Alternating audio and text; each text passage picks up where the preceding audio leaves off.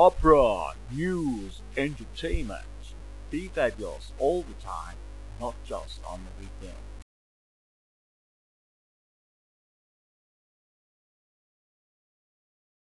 Terrific. Now I'd like to know, I've got here my list of questions. I've got a list of operas.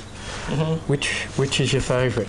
These are all operas that Lucas has performed in, Yes. and I haven't put where, Yes. but I see that I asked Lucas to prioritise them.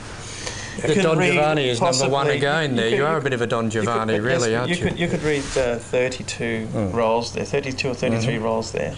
Some of them I grant you are minor roles, but most of them are major roles, and that's something that I'm quite proud of. That I've got that many roles to my career already. And I've edited this list too. And that's not all of them. That's right. And as you say, Don Giovanni. Yeah, Don Giovanni number one. Yeah, it's number one. If a baritone gets the chance to perform Don Giovanni, they all realise that there's so much to discover in the role. Having learnt it in '96 and then come round 10 years later to perform it for the fourth time, I've toured it. I've performed it in Greece. I've toured it around Canada, in Toronto and in Montreal. Ottawa. And I've toured it around the UK, and now I've also toured it around Victoria in Australia. So I've really got the chance to get into the role and really explore what Don Giovanni is like. You just said to me, I'm not going to let this go. You said I'm a bit of a Don Giovanni myself. What do you mean by that? Well, it's the beard and you've got a bit of a Don Giovanni look about you there. Yeah, well, you see Don Giovanni, and most of the Don Giovannis that I see, they do have this sculptured beard. Yes. It gives you an Italian look, that sort of Italian seducer. That flamboyant type. Which brings us to Carmen then. Carmen, what parts did you play in Carmen? Again, in Carmen, I mean, the Escamillo. Carmen, that's the famous Spanish Carmen, isn't it? And when you play Escamillo, yes, you are there, totally with your charm and your presence in that role. The minute you walk on stage, you have to be a magnet. And if you haven't got that about your personality, you're a waste of time as Toreador. And you played two parts in Carmen, haven't you? Toreador was my favourite. I've done that quite a lot. But for the Royal Opera House in London, I performed Morales, the soldier who's on at the first scene, and has a lot to do with Micaela, and taunts her while she's coming onto the stage looking for Don Jose. And Micaela was Barbara Frittoli, and who's made a huge name for herself internationally as well, doing beautiful roles like Mimi and Liu. And this was some of her early days as Micaela. Most exquisite singing in Micaela. And you've of course done La Boheme as well, which you haven't prioritised on your list here. La Boheme... Not your favourite? Oh yes, Marcello is a great role to get into. There's no particular solo arias for him, but there's fantastic ensembles, and the boys in La Boheme have a great time together. It's one of those ensemble operas that you just gotta love. Now, the Pearl Fishers, I saw the Melbourne production of the Pearl Fishers, but I understand that you did the Pearl Fishers somewhere else.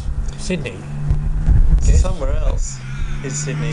Somewhere. When you're overseas... When you're in Melbourne, there's a great rivalry between Melbourne and Sydney, you see. Beautifully put. And if we say... And if we want to say that you didn't perform it in Melbourne, and the likelihood is that you performed it in Sydney, we won't tell you that. We'll just say you performed it somewhere else. I was being very polite and very relevant. It's a local joke. And it was outdoors in Sydney, wasn't it? Because the weather's better. Every year they do an opera in the Domain, outdoors in Sydney, and which is just near the Opera House. Is an open air park. You're thinking of performing something in Central Park or something like that. There was an audience of 80,000 that night. Fantastic. And it was a beautiful, balmy night. Okay, now you toured La Traviata. Whereabouts was that? Yes, I was in a very peculiar production of La Traviata in France. We rehearsed it in London, and the French director came over, and the French composer came over. Now, you might think La Traviata, well, it's already been composed. It was Verdi. Well, they re-scored it completely. The orchestra was 3 saxophones, a flute, an electric guitar, celeste, a viola and a cello. And actually I opened the overture by playing the overture on champagne glasses with water. Wow. Literally dipping your finger and doing each note on this glass harmonica.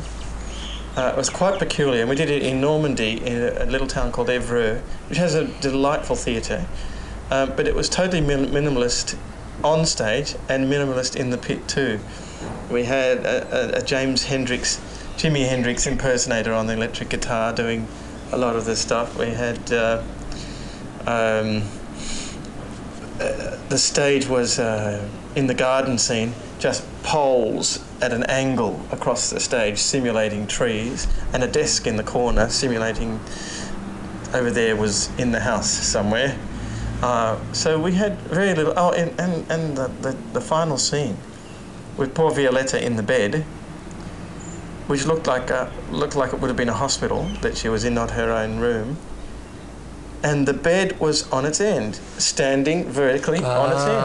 Okay. And Violetta was in the bed, but she had to be standing up in the bed and simulate lying down. So anyone who was with her, standing next to the bed, were actually standing at her head height and trying to comfort someone on the bed, which is 90 degrees out of whack. Was bizarre for Violetta and very peculiar for the others as well. Sounds like a really wacky in a good way or a bad way? Oh, I don't think anything of it was good except the singing. We had terrible staging. We had an orchestra that was incredibly hard to follow because it wasn't the orchestration that you're used to with Traviata at all. Yeah. And finding a beat and finding your cue was just... So how did you do the party girl dancing scenes from La Traviata with that kind of music? That was it's not exactly a long waltzes, trestle table. Yeah. That scene was like it was in a bar with long trestle table, and the girls had all fishnet stockings on, and they were simulating disco dancing or just nightclub disco dancing and nightclub sex on the table while all this was going. Some of them would stand up and walk up and down the trestle tables with glasses in their hands. It was like a seedy nightclub, and I don't think I enjoyed anything of that production except the singing. So we can put that down as your worst experience. One of them, yeah. There's another one. Do you have another, or? What about the Barber of Seville in the UK? No, that was a fantastic That was a good experience. Yeah, I got to learn that for the first time. And what year were we talking now? Holland Park, 1995 or 94, 95, in the middle of London. Holland Park is an open-air theatre, so by the time we got on stage, and poky little provincial company with hardly any money, right. By the time we got on stage, they were... Well, it was hot. It's an open air, but it's covered with a big sailcloth. There are peacocks, so you might be singing away, but the peacocks walking away. A bit like the crows we've got here today. We've got a few crows here today. The Maggies and the crows. Yeah. But then there's also the air traffic coming into Heathrow. So you've got jet engines and peacocks and traffic and heat, and you have to cope with it all while you're trying to sing. Opera, la la la la la la la la.